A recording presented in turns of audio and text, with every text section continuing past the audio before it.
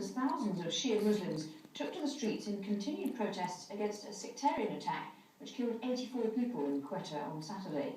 The protesters are refusing to bury the dead until the authorities take action against the perpetrators. Imran Khan has more. The Shia Muslims taking part in this sit-in say they're not going anywhere. All over Pakistan, members of the community are making sure their voices are heard. They have got two demands. Army should carry out and target operation should be started. The commercial capital Karachi brought to a standstill. Shops shuttered and roads blocked. The demand is simple. Our sit-in will continue as long as the sit-in in Quetta continues and until their demands are met. That a targeted operation be carried out, which should be a clean-up operation. That so-called clean-up would be aimed at arresting the people who committed the bombing of Quetta. But is the government listening? So far it's not reacted beyond broad statements condemning the attack. But beyond justice, the Shia Muslims have laid out other demands. They include making it illegal to discriminate on religious grounds and compensation for the victims of sectarian attack. One political commentator says that sectarian violence is being made worse by conflicts in neighbouring countries. Well, I think the killing of Hazaras in Balochistan is a multifaceted phenomenon. A, they are being attacked because they are Shias.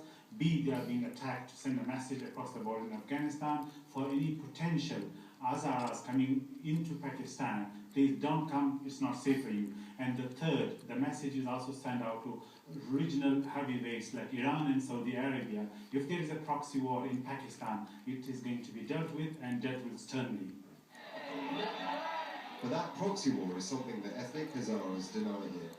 They say that they are being targeted because of their religious belief and not political reasons. They've set a deadline of 48 hours for the government to take action. So now all eyes are on the Pakistani government on what it does next. If these demands aren't met within that 48-hour deadline, which expires late on Tuesday, then these protests, which so far have been peaceful, could turn angry, and that anger could turn to violence. Imran Khan, Al Jazeera. Al Jazeera's Imtiaz Tayyab is in Quetta and sent us this update. This is perhaps the most painful part of this community's protest.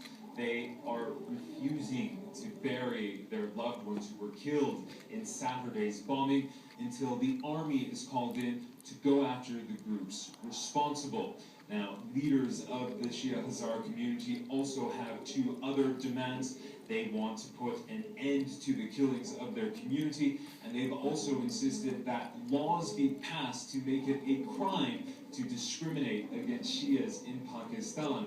But this, of course, is perhaps yet another sign of just the anguish and suffering that this community has faced over the past few years.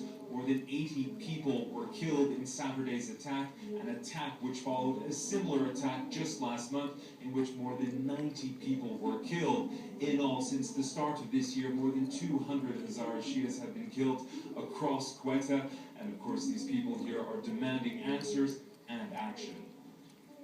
In Bangladesh, a protester has been shot dead during demonstrations calling for tougher punishment